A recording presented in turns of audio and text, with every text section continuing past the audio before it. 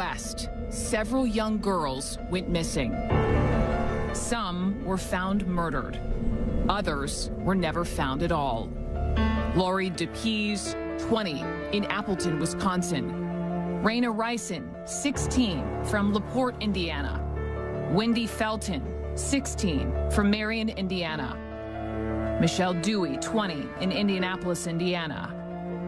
All of these cases went unsolved. Officials believed only one man knew what happened. We knew he was responsible for several deaths. And to get answers, it would take a risky, unusual plan. Send a convicted drug dealer undercover into a dangerous prison to befriend an alleged serial killer. I'm not a serial killer hunter. I said, so how am I going to do this? At stake, answers. Wondering where she is, wondering what happened. Peace for grieving families. You want to find her and you want to bring her home and you can't. And one man's freedom. They don't just turn around and give out candy and say, you're free to go. I went through hell and back.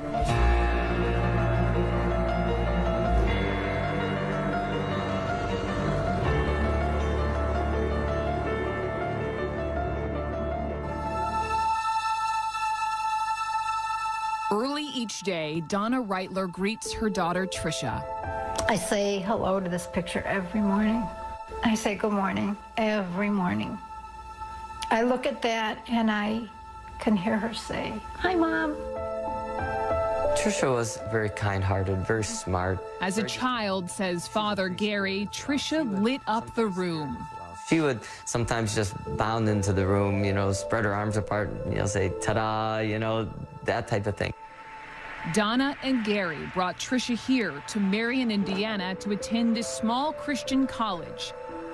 One spring evening in 1993, Tricia left her dorm room for a walk. On March 29th, around 8 o'clock at night, Tricia Reitler came here to this shopping center. She bought a soda and a magazine and started walking back to campus. But then she disappeared.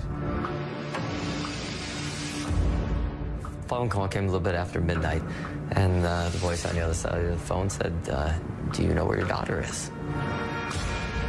19-year-old Tricia Lynn Reitler was last seen about 8 o'clock Monday night. She had just stopped. Tricia's disappearance rocked the community and devastated her parents. Who's ever responsible will never know what they've taken away from us.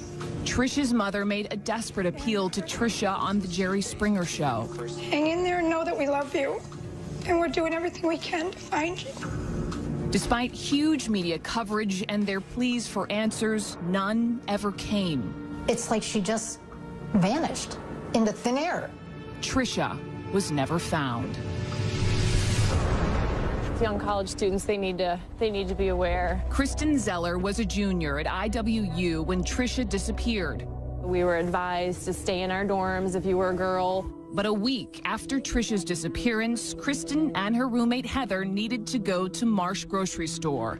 You thought you'd be safe. You thought it'd be fine. It's a couple blocks away. Exactly. It's not far at all. I can see the campus from Marsh, so, you know, what's going to happen? It was getting dark by the time they left the shopping center, walking the same route Tricia would likely have taken. We were maybe halfway up the road when Heather turned to me and said, Did you happen to notice that brown van? And I said, no. Then the van passed again, slowly. We still weren't alarmed. He came by again. A third time. Yep, really slow this time. Looking at us, the hair on the back of our neck started to stand up. The van pulled right up beside them. How close? Show me. He was, I mean, his wheels were right on the side of the curb. And this was me, this was Heather. And he leaned over, started to say something, and at that point, we're both like, run, just run. The girls called security, describing a two-tone van driven by a man with mutton chop sideburns. Officers spotted the van and questioned the driver, a man named Larry Hall.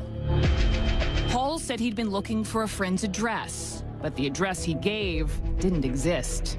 So officers let Hall go.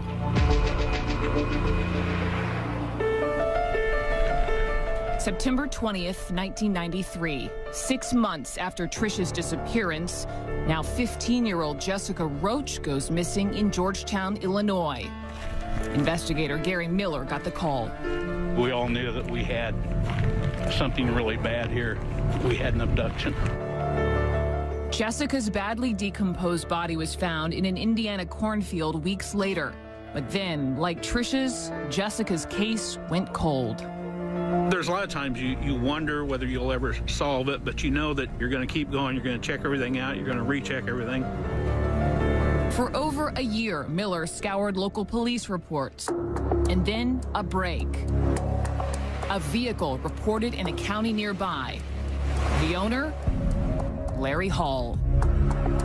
He had been involved in stopping some girls. Those girls were scared. They ran from him. In the last 6 months, Hall's van was spotted by more than 11 girls in 5 different towns close by, including those where Jessica lived and where her body was found. Now, Miller contacted the police in Hall's hometown to arrange for an interview. He initially said no, he hadn't been over here. Miller had to coax Hall to admit being near Jessica's house. I said, well, would you remember if, you stopped and offered girls a ride or asked him to get in your van? He said, well, he stops and talks to everybody. After a few questions, Miller took a gamble and put a photo of Jessica down in front of Hall. He immediately flinched. He turned to his right and put his hand up over his face like he didn't want to see the picture. He told me he didn't think he'd ever seen that girl. Larry Hall and his brother Gary had always been a little different. Look at you two, little boys. Well, which one are you and which one's Larry? This would be me. Identical twin sons growing up hard. In the Hall home, there was little money and lots of problems. Author Hillel Levin interviewed Larry Hall. It was a very cluttered household. They're raised with dysfunction. Neighbors say their mother was domineering. Their father drank and sometimes turned violent. He worked at the local cemetery.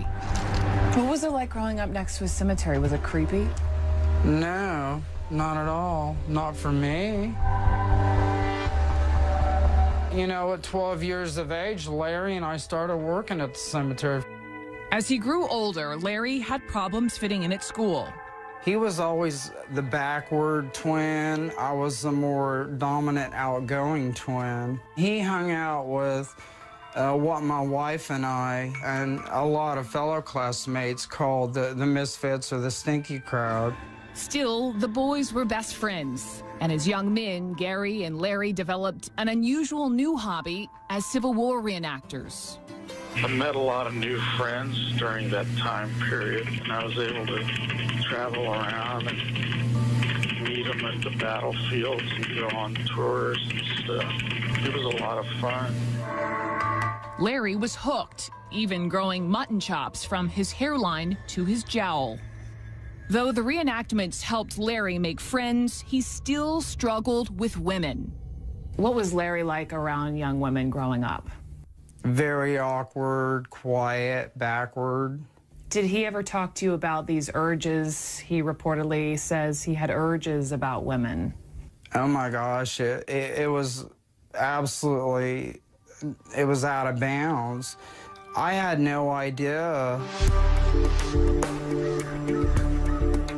Jimmy Keene grew up 135 miles away in Kankakee, Illinois.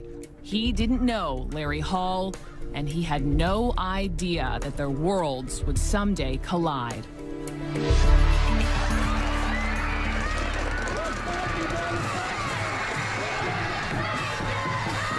It will be third down and 5 to the 25-yard line. For Jimmy Keene, life couldn't have been more different. While Hall was an awkward outsider, Jimmy Keene was a star, especially under the lights on Friday nights.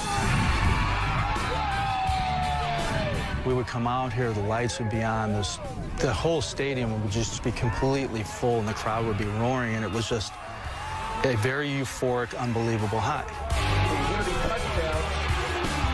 The Friday night games were the biggest rush I've ever had in my life. A gifted athlete, he lettered in 2 sports, studied martial arts, and inspired fear in everyone he faced. Do you like having people terrified of you just a little bit? Well, in that kind of sport, sure, you have to. Well, that's why they called me the Assassin. So. You were the Assassin. Yes, my nickname was the Assassin. And the reason my name was the Assassin is because I put somebody out of every game I've ever played. Keene wasn't just the hometown hero, he was his father's namesake. My dad generally sat up here in the corner over here. If I made a spectacular play, he would always give me the, "You did good, son," you know. How often was he sitting in the stands? Every single game of my life. Never ever missed a game. He never even missed my practices. That mean a lot to you? Absolutely. My dad was, he was my backbone. Keene was as popular as he was athletic. You were a legend. Yeah, I mean, there was no doubt. I mean, they had posters of me all over town. I mean, everybody knew who I was with my sports ability. So, yeah, I was the most popular guy around. There's no question I was voted most popular guy in school. Jimmy seemed to have everything, except enough money to keep up with the rich kids at school.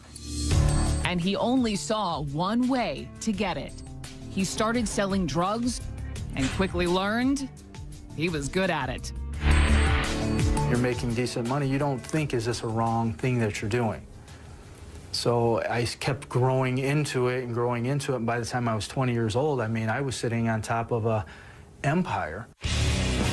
By Keene's own account, he was pulling in around $1 million a year. He was addicted, not to the drugs, but the money. It's hard to walk away from that kind of money, especially as a 20-year-old. So he didn't. And that single decision would change the rest of Jimmy Keene's life and bring him face to face with an alleged serial killer.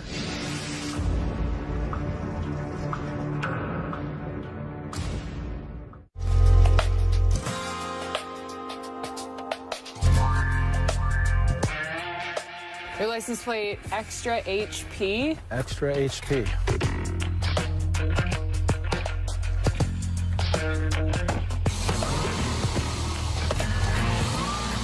By the early 90s, Jimmy Keene was on top of the world. His booming business afforded him a lavish lifestyle with large homes, souped-up Corvettes, and an endless supply of women. I would have 30 or 40 cake parties with volleyball nets, live bands. We'd have literally 1,000 people or more sometimes. I mean, these were gigantic, huge parties. You were the guy women wanted to be with and guys wanted to be best friends with. Something like that. Back then, he owned this 6,000 square foot home. Right behind that is a golf course. He says he didn't stash the drugs here. This is a walk-in closet. But there was always a place to hide his fortunes. This was a hidden trap door that you could open. And when you would open it, you have another hidden closet back in here. You can see my old safe is still here. And this was pretty much just my Fort Knox room. For 15 years, Keene's empire remained hidden and growing. But as he lived the high life, his father fell on hard times, nearing the brink of financial ruin. My dad, to me, was Superman. And to see him in such a hurt way really killed me. So Jimmy used his drug fortune to bail his father out, then continued to support him. Even though it was coming from something wrong, I felt I did something very right to make his world right. But the money never seemed to be enough, and Keene couldn't stop watching his back. By the fall of 1996, the pressure of life in the fast lane was catching up. I had woke up in the middle of the night, and I was laying there wide awake. And I said, you know, I am tired of running like this. I said, I really just want this all to end. And it was all about to end, but not the way Keene had planned. Just 2 weeks later, I heard the front door rattle, and I thought it was just the wind, because it was in November. And next thing you know, boom, the whole door just blew off the hinges. And then they came flying in a straight file line with their guns drawn and their black uniforms. Move, we'll blow your head off. We'll do this. Just move one time. Rah, rah, rah. For Jimmy Keene, it was over. Everything stops and goes in slow motion. You don't even feel like it's real. Keene was ultimately dragged to jail. He pleaded guilty, hoping to minimize his sentence. And at first, federal prosecutor Larry Beaumont was willing to negotiate. Initially, we tried to what we call flip him to see if he would give us other drug dealers at the time. And I think he refused, so our reaction was to make sure he gets the maximum penalty. Beaumont got his way, and Keene got 10 years. It knocked the life out of him and broke his father's heart. Any hopes and dreams he had had for me at that point in life were gone. He was crushed. I mean, he was very crushed. Jimmy Keene could not imagine a way out, nor guess that a man he'd never met might someday provide him one.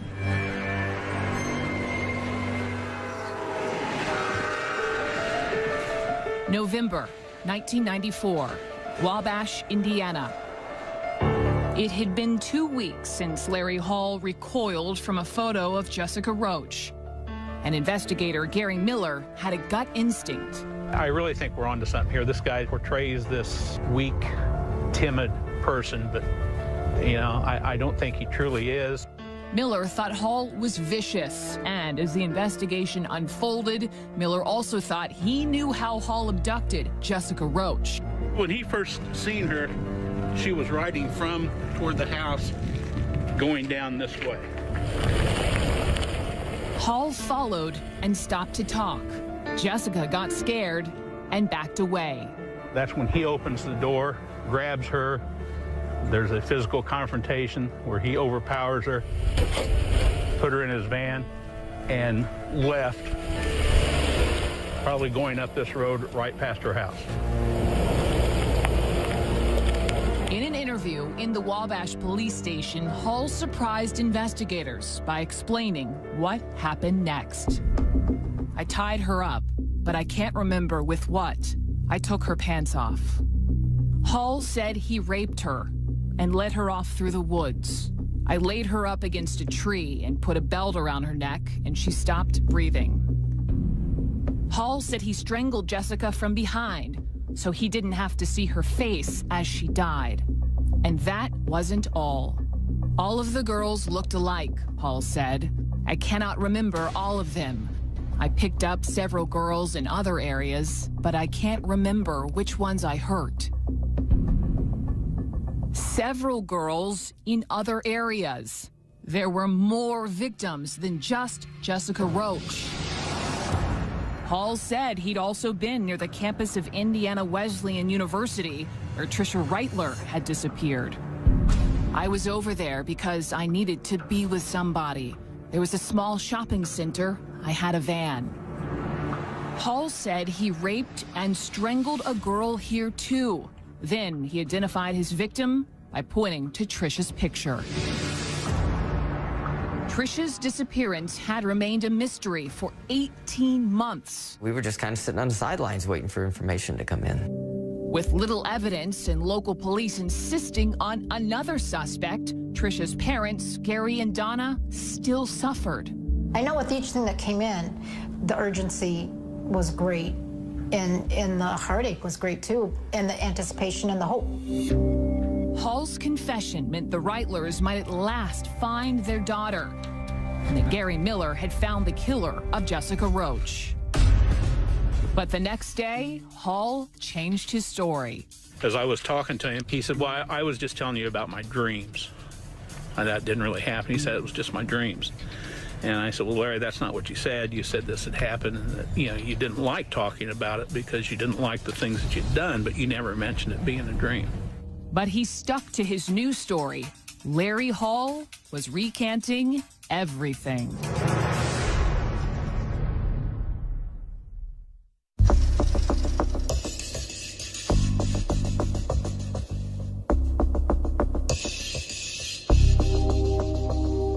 Larry Hall had confessed to killing Jessica Roach, Tricia Reitler, and 2 other women.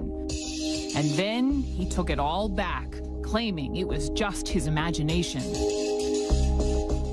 I did confess to certain policemen that I had dreams that I did things. But investigator Gary Miller had other evidence, like the witness who drove by this cornfield the night of Jessica's murder. That person testified he was absolutely sure that when he went by here on that night, there was a guy coming from the cornfield to get in his van. And a search of Hall's house and van revealed he'd been casing out small college towns and keeping suspicious notes. Seen joggers and bikers, many alone. Check colleges, parks. Seen some prospects. Hall also made lists for the hardware store. Buy 2 more plastic tarps. Cover all floor and sides of van. And Hall wrote himself troubling instructions. No body contact. Buy condoms. Buy 2 more leather belts. Find one now. Amongst Hall's things, investigators found newspaper clippings about Roach and Reitler, possessions from other missing girls, and pornographic pictures Hall had altered. In those pictures, he had drawn what looked like a rope or a belt around the neck of one of the people, and on the left side of the mouth, he had drawn blood. Hall insisted it was all just staged to make a play for attention, to feel important to police. I put a bunch of stuff in that van that I drove around with because I knew they'd eventually search my van and find them. The disappearance of Tricia Reitler remained unsolved, and her parents, Gary and Donna, could not stop looking. We walked the sides of the roads. We walked the riverbeds. You know, we looked under the culverts. You know, we ended up going to crack houses because somebody had a lead.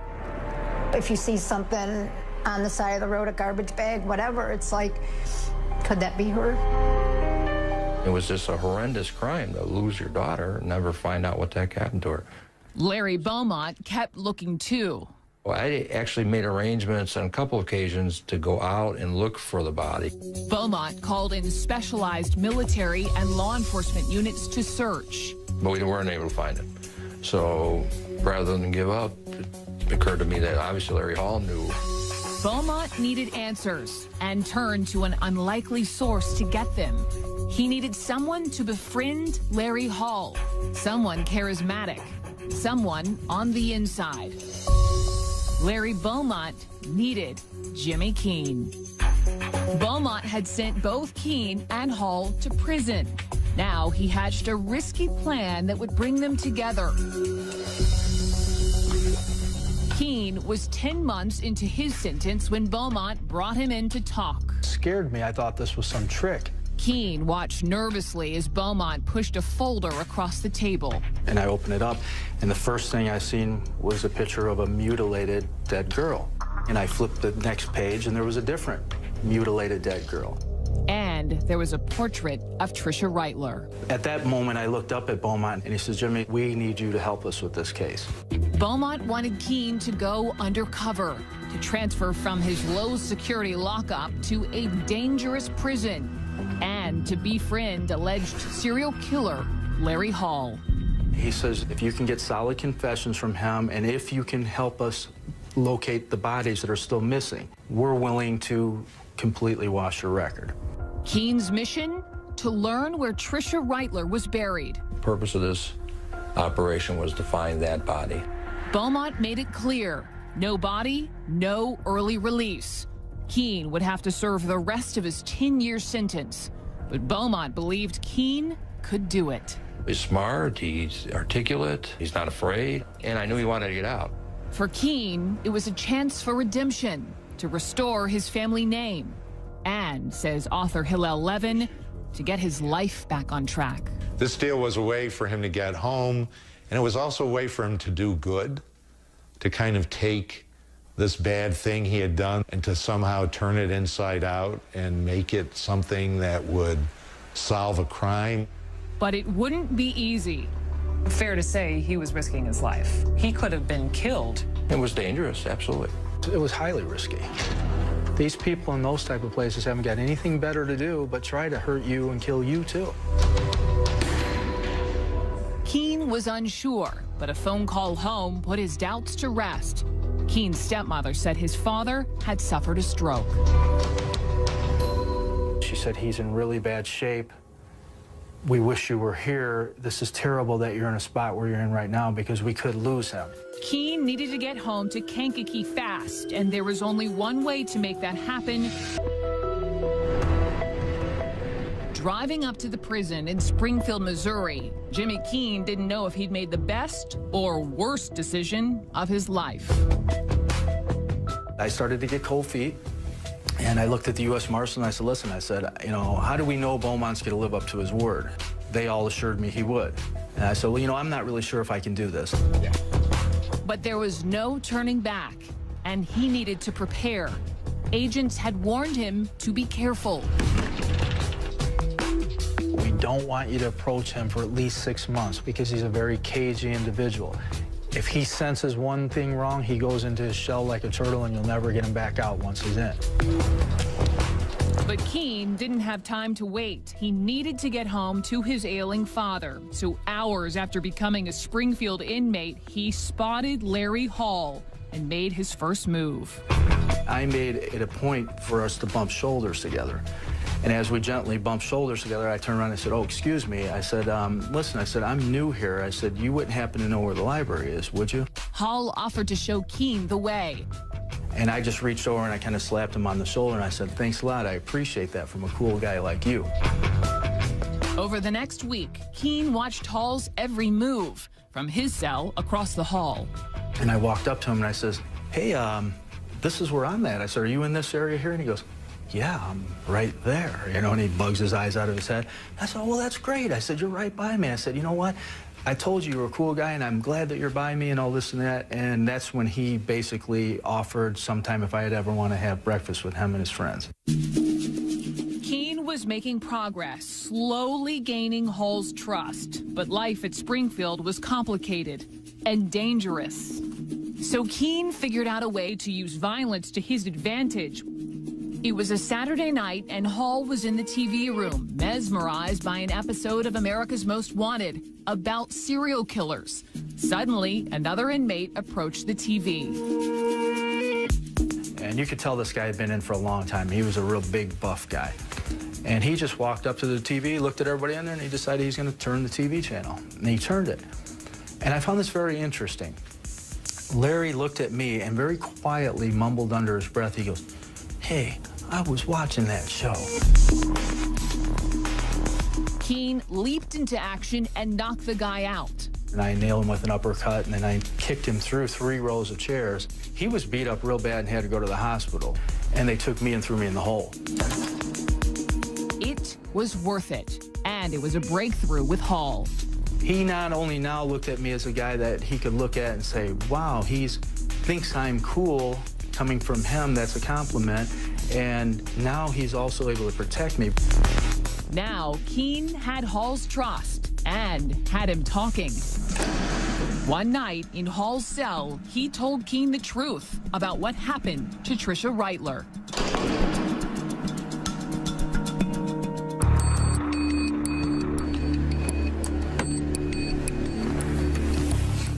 What Hall told Keene was different from what some investigators believed. It was his story along with some evidence. It created a roadmap I wanted to follow to try to figure out what happened to Tricia Reitler. Tricia would have left this supermarket parking lot walking just a couple of blocks back to campus. Somewhere along this road, Hall told Keene he got Tricia into his van. When she fought off his advances, he says he choked her to keep her quiet. Hall told Keene he blacked out, and when he woke up, Tricia was naked and lifeless. Days after her disappearance, investigators found her blood-soaked clothes here, just 1 block from the supermarket. Hall's own notes indicate what might have happened next. Exactly 1 week after Tricia's disappearance, Hall wrote, cut out stained carpet, vacuumed van thoroughly, buy new hacksaw blades, clean all tools. Along with his notes was this address, 700 West Slocum. We're in the woods halfway between Marion and Wabash, and it is possible that somewhere out here that Tricia Reitler is buried. He said, so he got some lime together, he got a shovel, and he got a lantern, and he drove her way out into the woods, and he buried her out in the woods. He admitted to you that he buried her in the woods. Several times he's admitted that, yes. I basically made him feel like it was okay to tell me his secret. But Keene still needed the secret that would set him free, the exact location of Tricia's body. Weeks later, he thought he nailed it when he found Hall hovered over a map in the prison workshop. It was a map with red dots over Indiana, Illinois, and Wisconsin, and he covered it up really fast. Lined up at the edge of the map were a dozen wooden falcons. And I said, wow, this is pretty cool. Did you make these? He says, yeah, I make them. And he goes, it's really cool, isn't it, Jim? He goes, they watch over the dead. Falcons to watch over the dead, and a map marked with dots.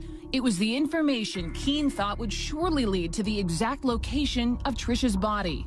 In that moment, did you think, this is my ticket to freedom? I did, because I thought, this is it.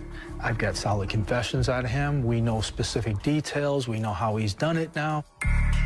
Keene believed he had his answer, that he'd soon be free, that he was done forever with Larry Hall. So that night at lockdown, Keene decided to tell Hall what he really thought. I told him that he was a f***ing sicko. I told him that he was insane. I said that you are one of the most despicable forms of human life on this planet. He, at that point, slid away from me and was, like, really terrified of me all of a sudden. And he says, Beaumont sent you, didn't he? Beaumont sent you, didn't he? Keene had blown his cover, and his outburst landed him in solitary confinement. It took some time before we found out that they put Jimmy in a hole, and so he was not able to communicate with anybody on the outside. During his months in Springfield, Jimmy Keene got Larry Hall to provide details about several murders Hall was suspected of committing, including Tricia Reitler's. But Keene hadn't met the original requirements of Larry Beaumont's deal. And I told him this myself, made it clear to him, that if we didn't find the body, no credit. Sitting in his prison cell, Jimmy Keene desperately hoped he had done enough. Are they going to be fair and give me what's justifiably right on this, or are they just going to say, here's 6 months? It was a crapshoot. Without a location for Reitler's body, Beaumont had a decision to make. I made arrangements to have him take a polygraph test just to verify what he was telling us was the truth, which he passed, and he did make a legitimate effort to do what we sent him down there to do. So Beaumont urged a federal judge to give Keene credit for time served. Jimmy Keene became a free man and returned home to his aging father. What did you feel like when you were finally released? I was happy as could be. It was a very bizarre roller coaster that I went on. It was, I mean, redemption at its best. Keene had 5 more good years to be with his father before Big Jim passed away. We both realized once I got out that there is a better world than just always in a constant dash to make money. You know, it was more like, look, let's just enjoy each other while we're alive here, you know? It was closure for Keene, but not for the families of the alleged victims of Larry Hall. For years, there was no progress and no relief for people like Donna and Gary Reitler. There's a parent, there's the part that you've let her down and that you want to find her and you want to bring her home and you can't. I mean, we've done pretty much physically everything that we can to find her. And there's somebody out there that holds that one answer for us. Beaumont, too, felt he'd done all he could and that the pursuit of Larry Hall was over. There wasn't going to be no further prosecution from the federal perspective. He's already serving life imprisonment. He wasn't going to, you know, he was done. Once again, Larry Hall had slipped off the radar. and it easily could have remained that way, except for Jimmy Keene. First, Keene's story of strange redemption was featured in a Playboy article, and then a book written by Keene and Hillel Levin. Once we were able to write about what Jimmy went through, then things happened.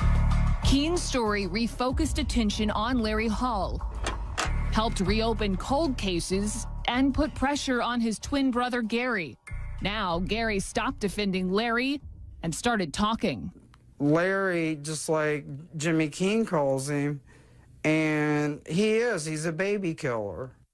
You think your brother is a baby killer? I don't have no doubt in my mind. Do you think your brother killed more than Jessica Roach?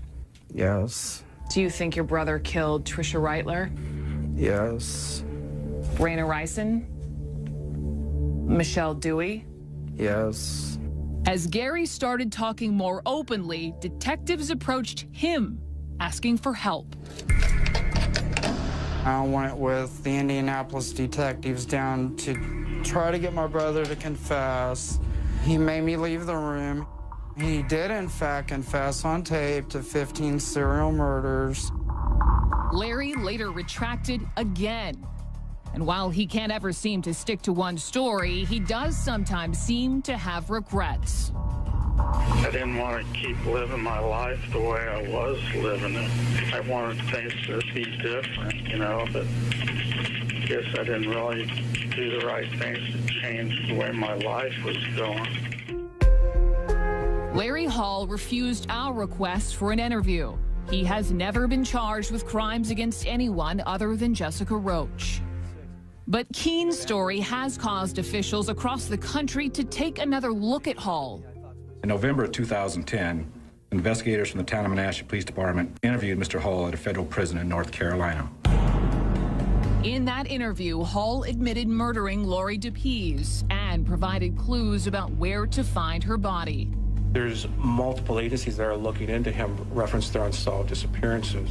Larry Hall may have had more victims than ever imagined. We understand it's even more extensive than we ever thought. Not 20, but maybe 30 to 40 in terms of the victims.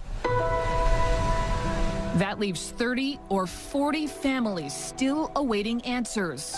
Which is why, says Levin, it is critical that serial investigations do not stop. 2 decades after Trisha Reitler vanished, her father, Gary, now believes Larry Hall knows where to find her. I think if Larry knew what we go through on a daily basis, you know, wondering where she is, wondering what happened, I don't think he would have any choice to confess and let us know where she's buried. Donna Reitler is not as sure. Yeah, he confessed, he recanted. He confessed, he recanted. Without a body, it's just another possibility. More than anything else, they just want their daughter back. To have a place to lay her to rest, just to be able to sit and just talk to her.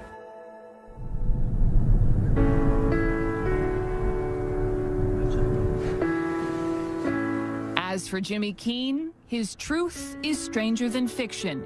He's gone from football standout to drug dealer to undercover operative, and now to screen star, with his story in development as a Hollywood film. Still, says Keene, he thinks of the victims' families and hopes they'll find their answers. That's all they can do is keep hoping. There was a glimmer of hope when Jimmy Keene was involved here. Maybe something else will still evolve out of this. Maybe the things I've done and am still doing will still shine a light and give them hope at some point.